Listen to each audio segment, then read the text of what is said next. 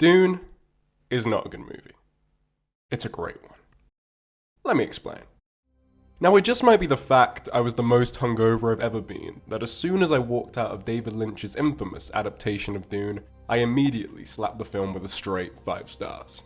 But I also don't believe that is entirely to blame. Is Dune perfect? No. But also actually, yes. It was a strange, surreal experience watching this film version of a revered text I still haven't read yet, but having already witnessed what should be the exact same story told before, but from a completely different artist. I didn't know exactly what to expect, entering with just the knowledge that Lynch himself disowned the project, and most of the voices in film opinion I respect having all disliked or written off this iteration. It stinks! Yet I simply arrived with the idea I just had to see it for myself, and all the more better for my first time to be on the big screen. And then, as soon as it began, with this princess monologuing directly to us, fading in and out of this sea of stars behind her, reappearing when she literally remembered more of the essential information we needed for this story, before concluding with, "The planet is Arrakis, also known as Dune." As the opening titles hit alongside this incredible rock orchestral soundtrack, I honestly knew, right then and there, that I was gonna love this. So here's why, in my defense of David Lynch's Dune. From there on out, the film's crazy 2 hours and 20-minute runtime legitimately flew by. The spice trips, the space battles, the baby from Eraserhead flying around the place. And it's safe to say that now I am obsessed. Though there is honestly so much to gush over in the film, I think my favourite and the most obvious aspect would have to be the unbelievable art direction, which on a first viewing is kind of just overwhelmingly good, and therefore probably distracting from and making me much more forgiving of clear narrative issues, but regardless, for my money, it is up there with some of the best ever, including, and I mean this with full sincerity and a warm appreciation for the film, Joel Schumacher's Batman and Robin. Dune contains some of the most gorgeous matte paintings, incredible miniatures, wonderful sets, creature effects, costumes ever put to screen that are all completely unique and otherworldly.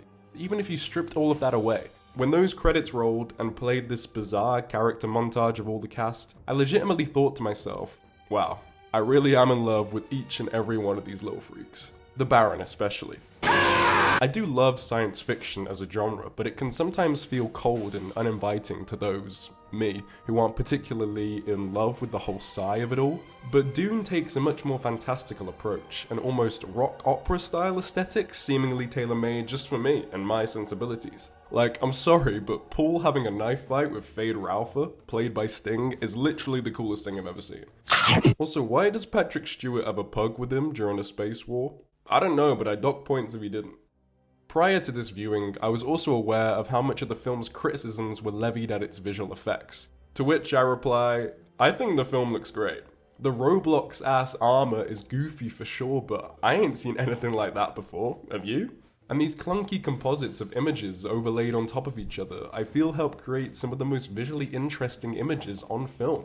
The use of dissolves all around is top tier, and again, I must mention that alongside all of this is the grandiose of Toto's incredible score, consistently complementing what I believe to be honestly awe-inspiring visuals, perhaps much more appreciated when shown on a giant screen.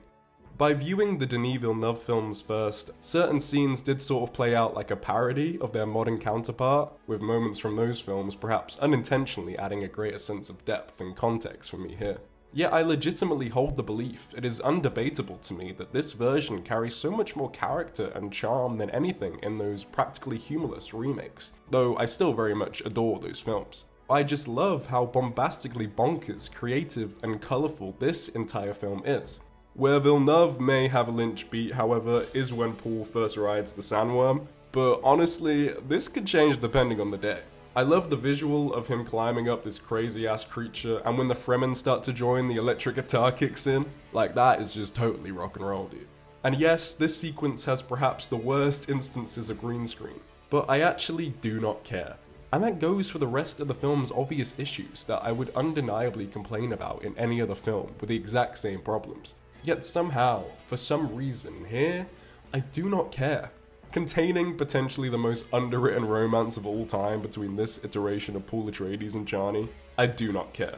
Some of the worst examples of forced narration, feeding information to us we already know or can just infer down our throats, I do not care.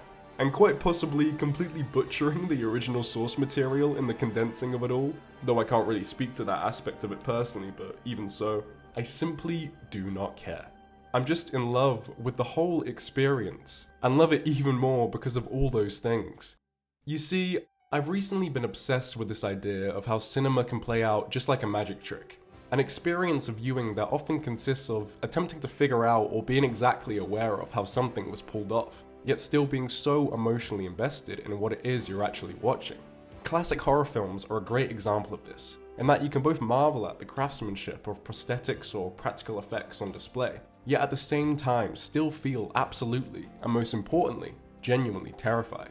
Dune works for me on this level of running two opposite races at the exact same time, unlike anything else, in that minute to minute, I am interchangeably laughing, grinning ear to ear at the total absurdity and perhaps even ineptitude of some of the storytelling on display, but still completely in awe and wrapped up in what is playing out right in front of me. I honestly can buy into the fact all these Fremen are riding a sandworm alongside Paul, even though I can tell that in this great wide shot they're simply stick figures on an extraordinary puppet, and I love it all the more because of that. Sure, the execution of that doctor being executed by the Baron after double-crossing the Duke Atreides for him is kinda clunky. You wish now to join your wife?